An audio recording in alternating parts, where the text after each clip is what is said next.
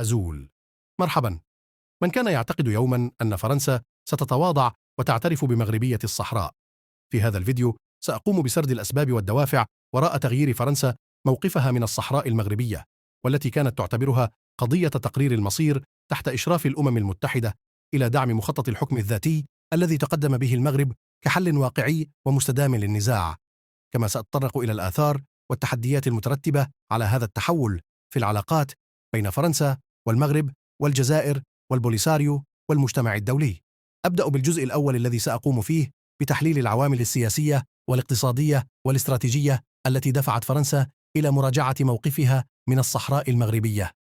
بعض هذه العوامل هي: أولاً، الاعتراف الأمريكي بسيادة المغرب على الصحراء في ديسمبر 2020، والذي شكل نقطة تحول في المشهد الدولي وزاد من الضغط على فرنسا للتوافق مع حليفها الاستراتيجي. ثانياً،